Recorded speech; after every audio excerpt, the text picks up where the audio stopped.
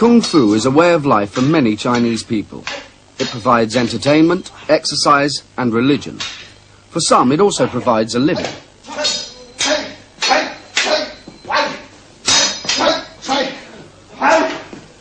These two young men are film actors in Hong Kong. They are planning the choreography of a fight they will perform in a Kung Fu film.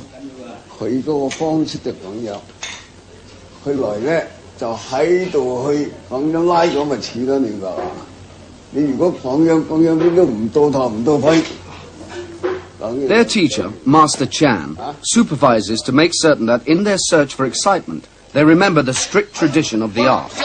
However spectacular the action, it must conform to what the Chinese audience recognizes as good Kung Fu.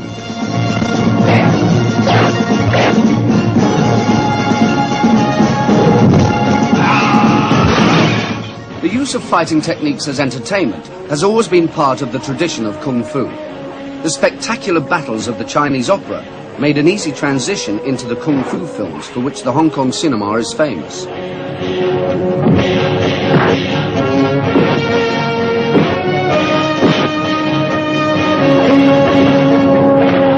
The Chinese audiences understand the differences between techniques and are excited by the skill of the performers.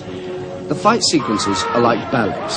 The aim is not just for the hero to win, but for him to defeat his opponent with elegance.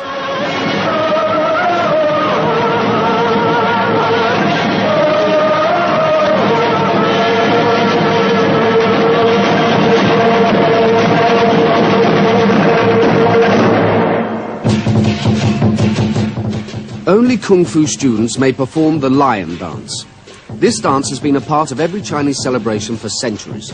Even in sophisticated Hong Kong, the custom is still very strong. No shop can be opened or building completed without the lion and his orchestra to bring good luck and cast a favourable atmosphere over the event. On this occasion, the dance was performed on a local police station's fete day. The lion is cautious, suspicious of the crowds. It has to feel safe before it can eat an offering of green food, usually a lettuce.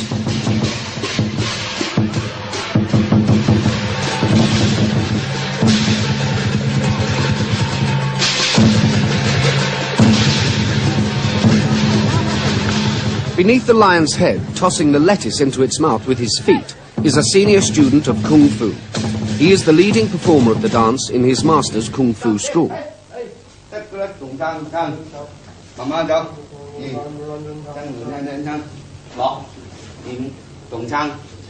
The school charges a fee to perform the lion dance, and the money is shared out among the students. The schools that have lions which are known to be lucky and that perform well can earn useful amounts.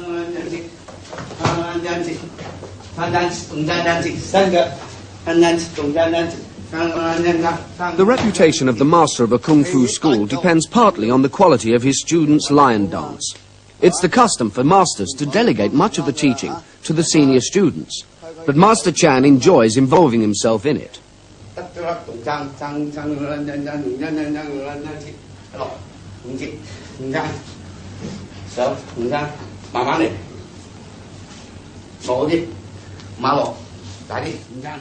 It is a long and complex dance.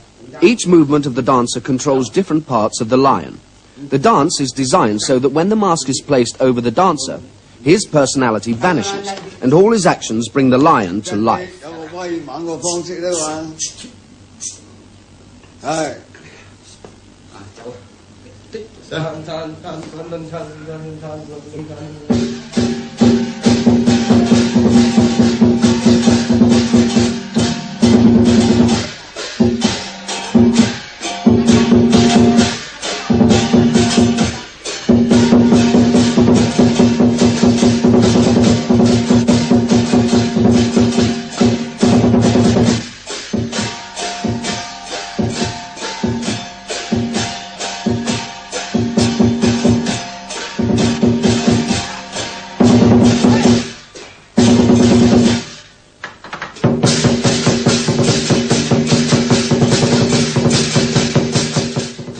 Although Kung Fu appears to be fundamentally a Chinese activity, there is an important Indian aspect to it.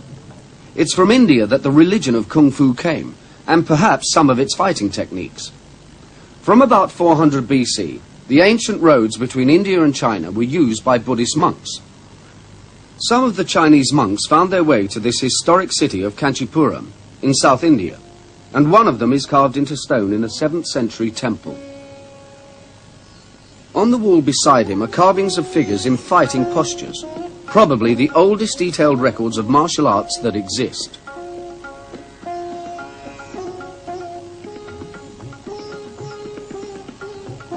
The kings of Kanchipuram held the Chinese monks in high honor, and a 6th century king built a line of pagodas in front of this temple as a memorial to a Chinese monk who was his friend. The journeys were not all one way. It is probably from this same city that an Indian prince set out to travel to China. He is now known as Bodhidharma, the founder of Zen Buddhism. He is revered by martial artists, and throughout China and Japan his portrait hangs in the training halls.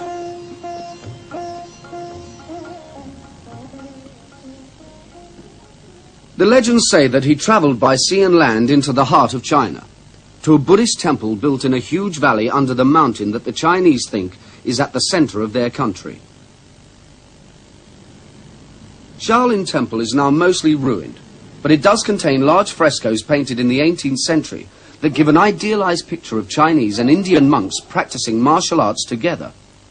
Bodhidharma is given the credit for encouraging the monks to learn martial arts. He thought that in their untrained state they were unhealthy and lacked the strength to meditate.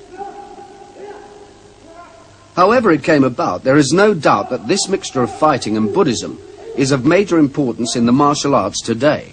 Then, as now, men learnt destructive fighting skills balanced by the peaceful morality of Buddhism.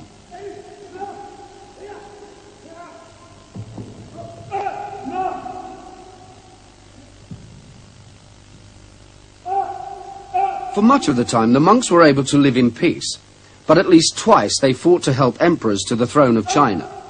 Many times they were closed down by emperors who feared their fighting skills. Each time that happened, they went underground and spread throughout China. From China, the art of Kung Fu has traveled to Chinese communities throughout the world. The techniques are still practiced in mainland China to a high standard. However, it's in the Chinese communities outside the mainland, like Hong Kong, that the full range of traditional activities still exist.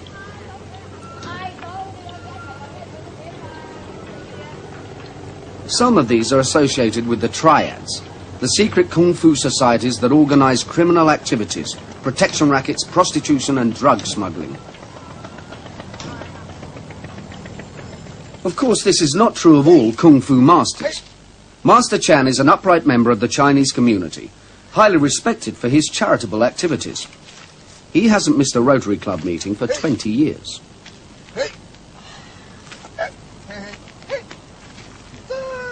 Like so many Chinese, he starts his day exercising to receive the benefit of qi, the life-giving energy of the world that they believe is especially concentrated under trees in the early morning. He came to Hong Kong from South China about 60 years ago and learnt Kung Fu when he arrived.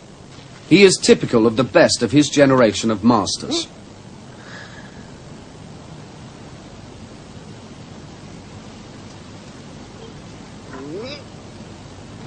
He starts his day at about 5, always exercising in the same place. He returns to his surgery and opens for business at about 6. There are always likely to be patients who damage themselves during the night and who need repairing before they go to work. The shops around him don't open until about 10.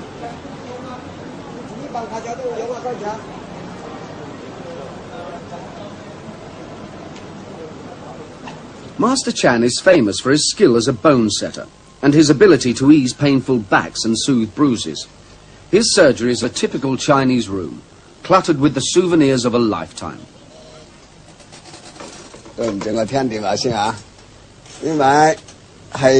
From here, he maintains a constant telephone link with his friends throughout the country. Since he's lived in Hong Kong for so long, he knows everybody. His influence is much greater than his apparent status.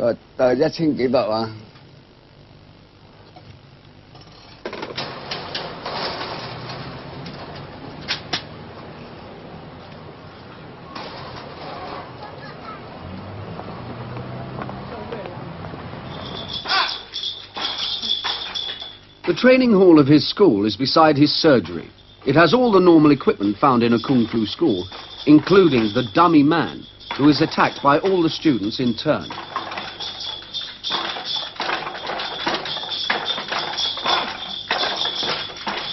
This is the school's most senior student of kung fu, who also works as an assistant with the patients. So he's studying the complete tradition. As well as him, there are always several non-fighting students working with Master Chan to learn medicine. 係咪跌甩咗嗰個臼成個膠走出嚟啊！走出嚟啊！係，好彩而家上翻咧，現在都比較好啲啦。拉出嚟嗰陣時係咪你同佢套翻上去啊？我同佢。佢揈下揈下咁嚟咯喎。係啊，成個飆出嚟啊！好危，睇見好肉酸啊！係嘛？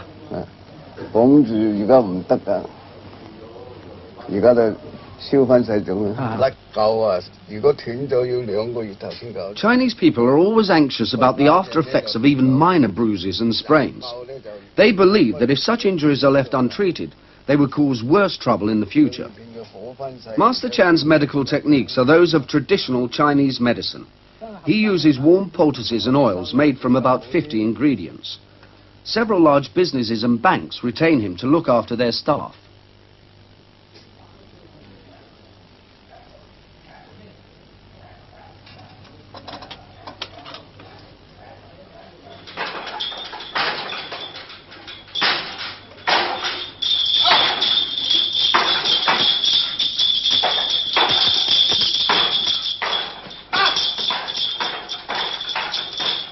The basic moves of Kung Fu are the same for all the systems.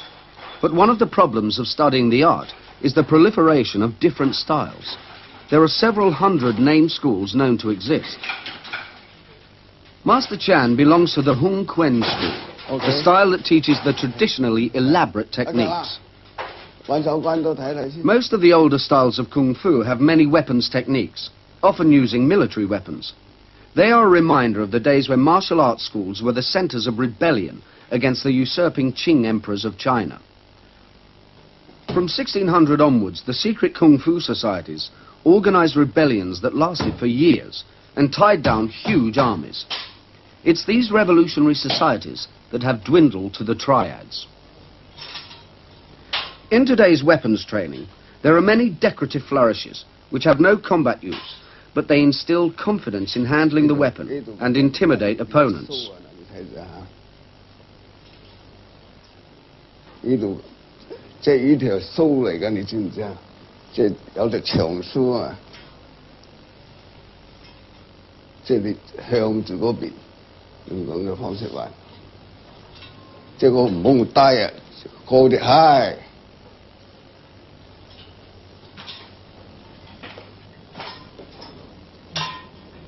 The exercises are not all decoration. These upward cuts are designed to attack the softest parts of the body from the angle least protected by armor. 4招，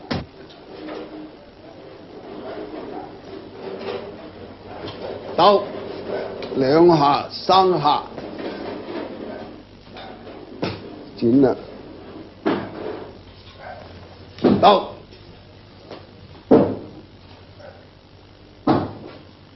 Master Chan feels that Kung Fu is bound to lose students to the more organized fighting arts, and that the traditional ways of teaching are inadequate for the modern world. 景山，以前嗰個師傅咧，就正所謂話頭，仲大過父母啊！嗰啲徒弟咧，只有聽師傅話屌就屌，父母話都冇聽。 咁啊，所以咧就教嘢嘅時間咧就變咗啊，個師傅咧就冇咁困擾，即係可以話喂嗱，你要練啦，紮馬紮1個鐘頭，唔做得偷懶咁。咁啊，最近咧嗰啲師傅咧就唔係師傅，叫做教練 coach。個理由點咧？佢認為我家學嘢咧就學你嘅。 我俾銀紙你，你就要教翻嗰手套嚟俾我，就唔係話尊師重道咧，冇教時咁緊要。一錘一腳， Traditional Chinese teaching is very informal. Students wander in and out of the training hall and practice as they will. The master instructs when he feels like it, or leaves it to the students to train one another. Master Chan teaches much more than many masters.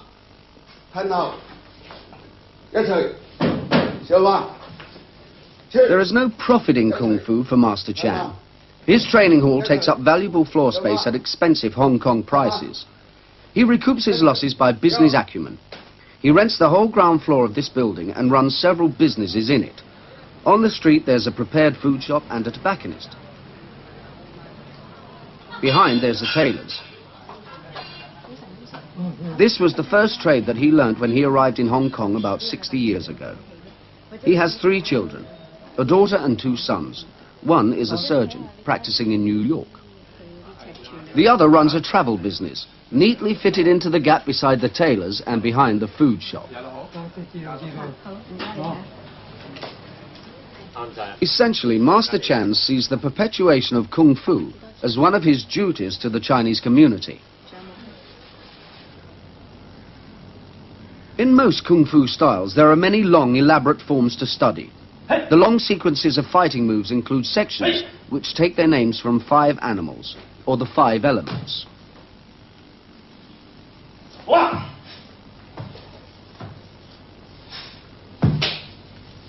These long set forms are a point of dispute amongst those who study Kung Fu. The critics say that they are more of a dance than a preparation for fighting.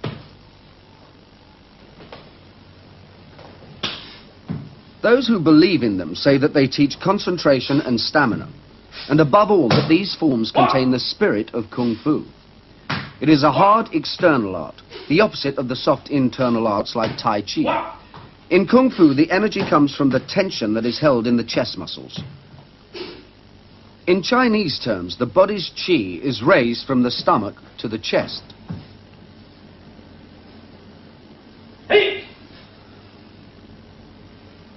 There are even sections where he has to pretend to be drunk, to deceive an attacker for a moment.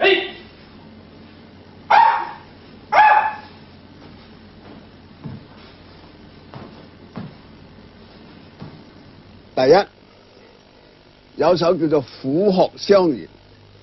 虎鶴相連呢，即係一個老虎，一隻鶴。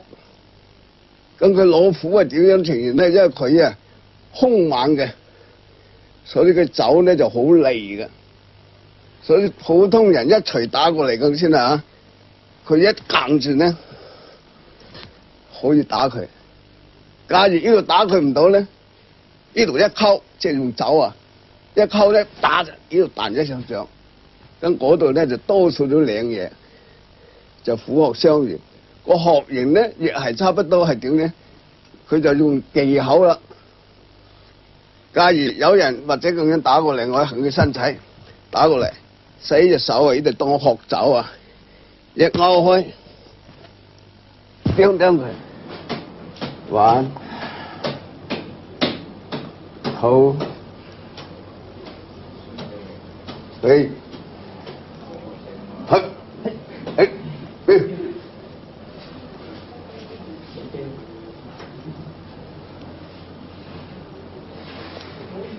Yeah.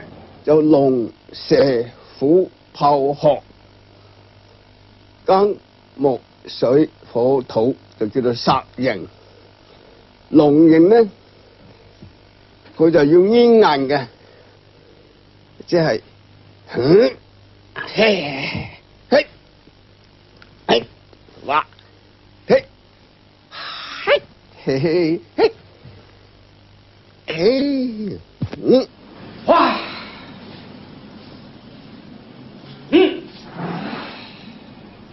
啊，嘿嘿嘿嘿，嘿。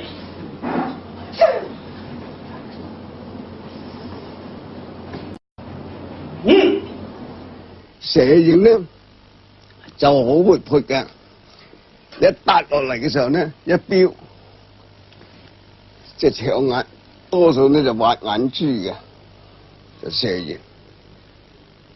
龍蛇，虎咧即係等於頭先我講相互走啊。豹咧就兇猛嘅喎，使插錘啊，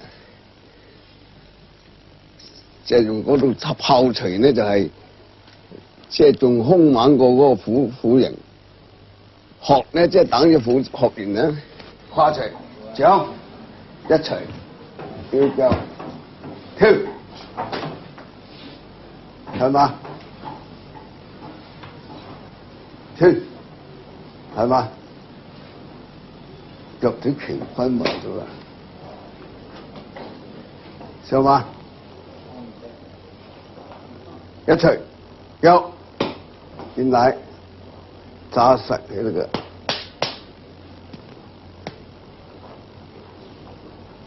It's only in the last few years that the Chinese have been prepared to share the secrets of Kung Fu with other races. Chinese masters are opening training halls outside the Chinese areas of cities and welcoming students rather than reacting suspiciously to inquiries from outsiders.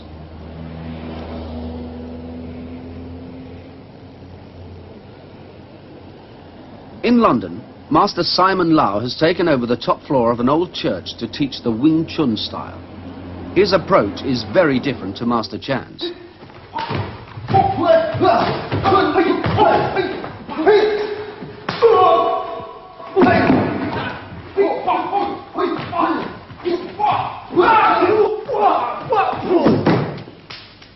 There is no doubt that Wing Chun is focused on training fighters.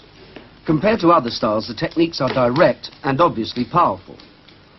Master Lau has only recently opened his school. None of the students shown here has had more than 1 year's training. It's a style that the enthusiastic student can become effective in very quickly. Wing Chun originated in southern China, but it has been developed over the last century in the narrow alleys and back streets of Hong Kong. Its techniques concentrate on lightning-fast bursts of close-quarters combat. Wing Chun is a very gentle art. It looks like very gentle art. It doesn't look like powerful art. But the power is internal power, more or less like soft and hard mix them together. Soft power and hard power mixed together. And you don't have to like a 6'5" or 6 foot and have the physical big build to learn the hard style as such. So even a slim build or medium build, as soon as you've got a mind to put into it. Because Wing Chun is mainly come to the skill and technique to overcome the power.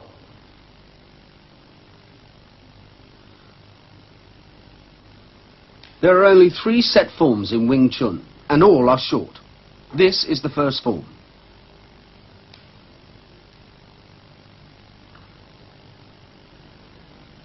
Its purpose is control, and in this form the exercise develops the ability to move one side of the body independently of the other.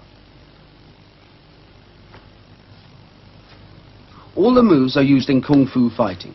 There are strikes, grips, and rolling hands that twist and control the attacker's arms.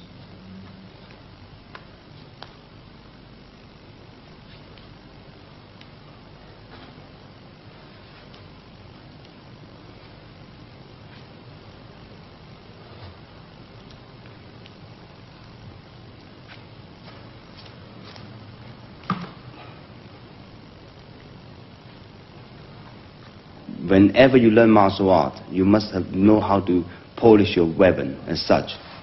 We're using the punch and these 3 knuckles. There's a punch. We're using this as a knife hand and attack from that one. The other side, palm strike, elbow, knees, mainly heel, the bottom part of it. And it's a major part of the Wing Chun weapon.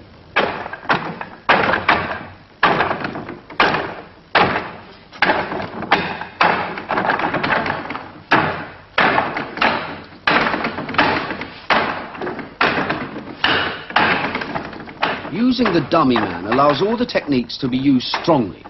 It hardens the performer's arms, training him to expect and accept the pain of his blows.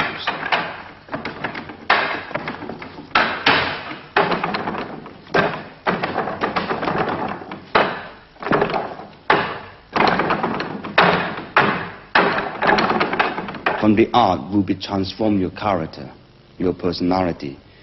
If you're a lazy one, you're the sneaky one, and you're the coward one. Whatever is all from the art, you will transform your own personality and your character from it. And that would be one point. And the second point, you know exactly where you are. Then you know how far. If you've been defeated, you know you're not there. You know if you'll be defeated in the club, you will be got hit in the street. 1, 2, 3, 4. The essence of Wing Chun is speed. Double punches are flung out almost simultaneously, and the students are taught to keep their hands relaxed and unclenched for all but the moment of contact. A little bit faster. 3, 4, 5, 6, 7, 8, 9, 10.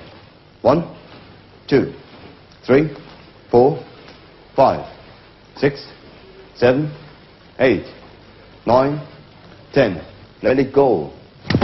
Oh, faster, yeah? Try once again. 1, 2, 3, 4, 5, 6, 7, 8, 9, 10.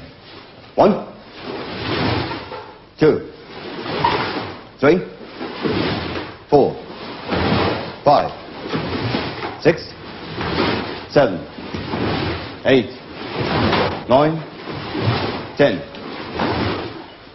When you turn, make sure the punch go with the turning together, yeah?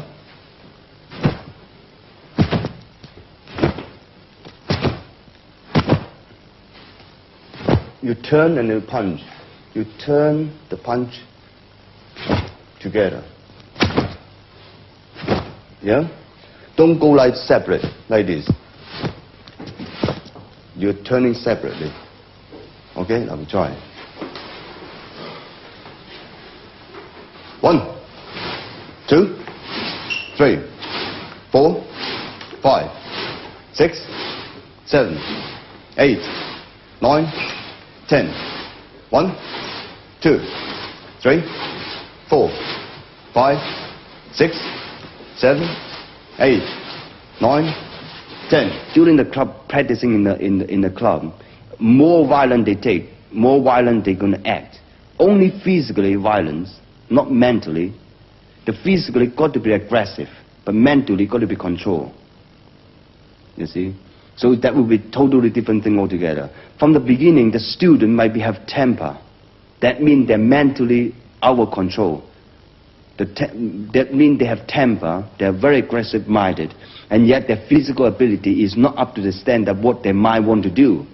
Until they take the punch, until they got a hit somewhere, if they are the person who really want to learn self-defense as such.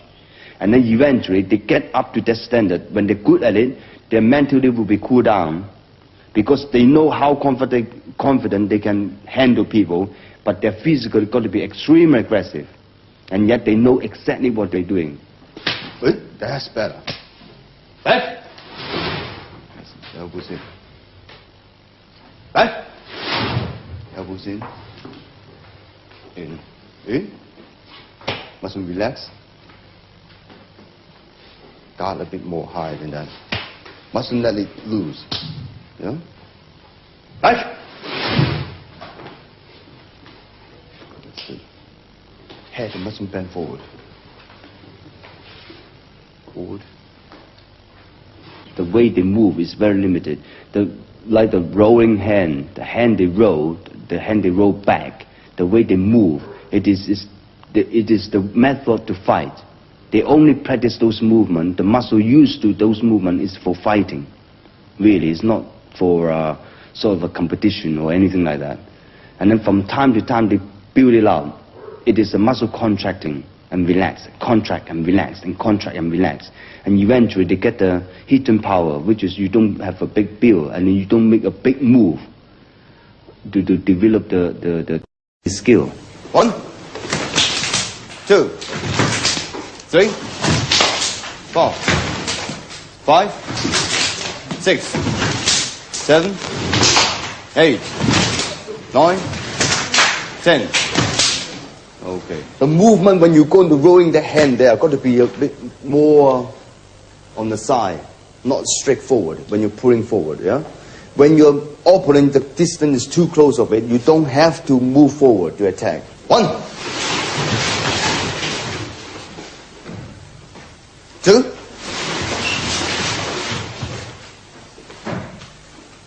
again, 1, 2, and again, 1, 2. When we fight, we don't have rules.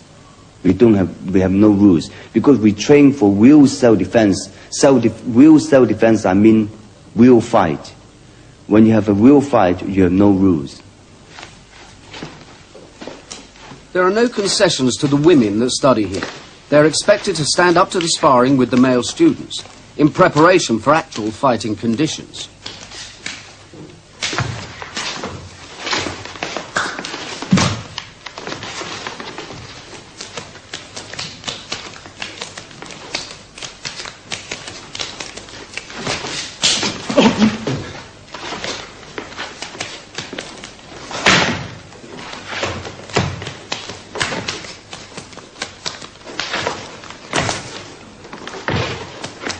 Wing Chun was the kung fu style that Bruce Lee started to learn when he was 13. He was in Hong Kong then. His full development as a master was after he moved to California.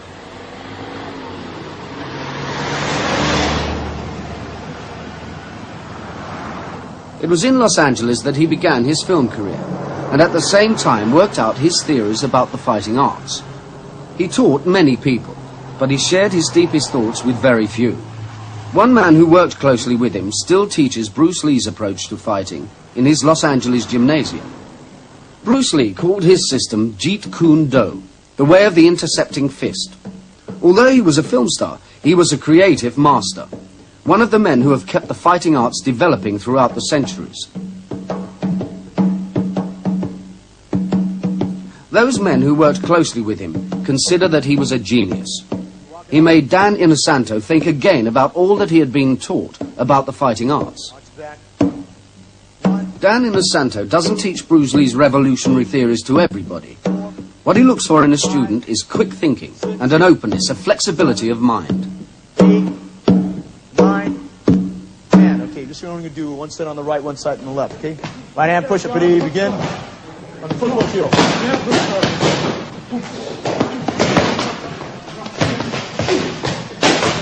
Although Jeet Kune Do is based on Kung Fu, it uses many other techniques as well. It even incorporates Western boxing into the Eastern fighting arts. The students are taught to fight ferociously, and yet to be sensitive to their opponent. They must feel out his technique and respond to the energy of his attacks, taking it over and using it against him. Bruce Lee taught that the response to attack can be to use a technique from any fighting system in the world. It's a combination of East and West, and is neither Japanese or Chinese or Okinawan or Korean or Filipino or Indonesian, or which he also borrowed from French Savate quite heavily also. See? So it's just a combination that somebody had something to offer, and he wanted to blend it into what worked for him. So Jeet Kune Do, Bruce's art, is basically what works for that individual. And it still goes back to what we were talking about: research your own experience, absorb what is useful, and reject what is useless, and add specifically what is your own creation. Bruce never taught us forms, and we're probably the only non-classical Kung Fu style that has never been taught forms. And according to Bruce, if you taught forms, it wouldn't be the mechanics. Okay, if you notice a lot of Chinese sets, they'll go like this, right? And they'll go like this, or they'll go like this, and they'll go like this, and then they'll do it with the left hand, see? Bruce was against forms because you don't know what it's for. Why not just practice it like this? And break, then hit the groin and hit the face and hit, rather than practice it like this and not know what the meaning is for. For instance, if I go like this, why not practice? Rather do it in a set, why not practice what it's for? Rather than do it in a set like this, do it in a set like this, and the student doesn't know what he's doing, okay?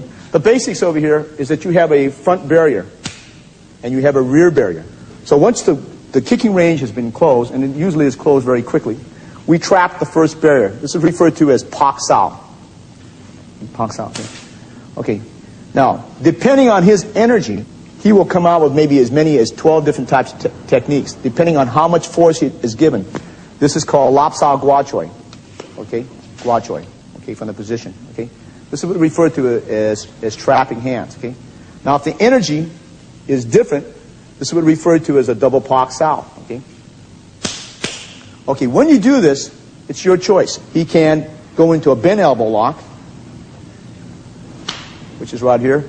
He can, at his choice, go into a straight elbow lock, which is straight down like this.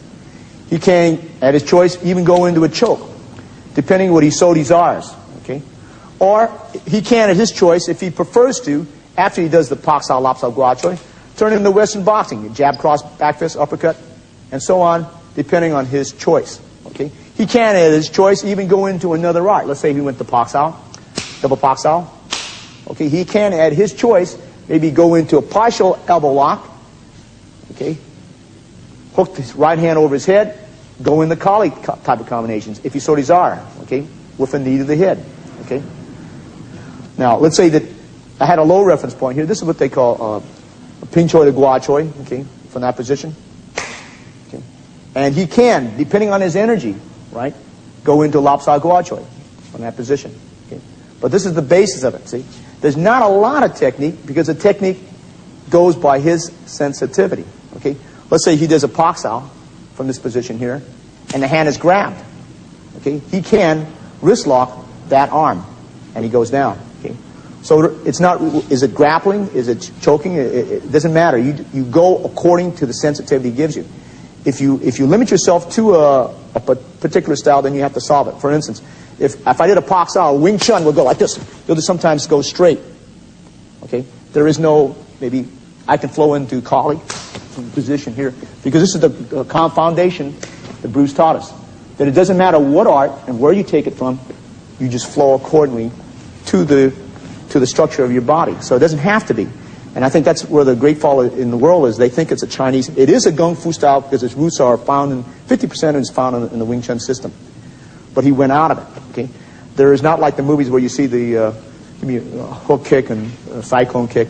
It is nothing something like this. Let's say we go like this, and this stuff that you would see very seldom Bruce would use. In all the confrontations that I've seen Bruce, in actual confrontation, I've never seen him do any of this at all, unless he's just playing around with the man. Okay, so all this high kicking and flashy kicking is usually out. For an example, right? This here, if he grabs my hand, Bruce would just go, stop, that's good enough. See? But you see, as Bruce said, what is spectacular for a movie is not usually practical for the street. And what is practical for the street is very dull for a demonstration.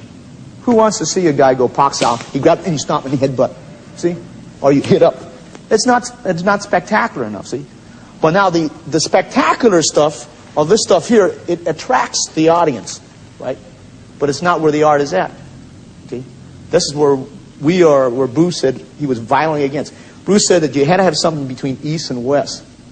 And I think in the Orient they tend to be over-secretive, over-flowery sometimes, and hiding a lot, see? If you're secure in your knowledge, you don't have to hide it. Why hide it? Okay? You can just bring it out.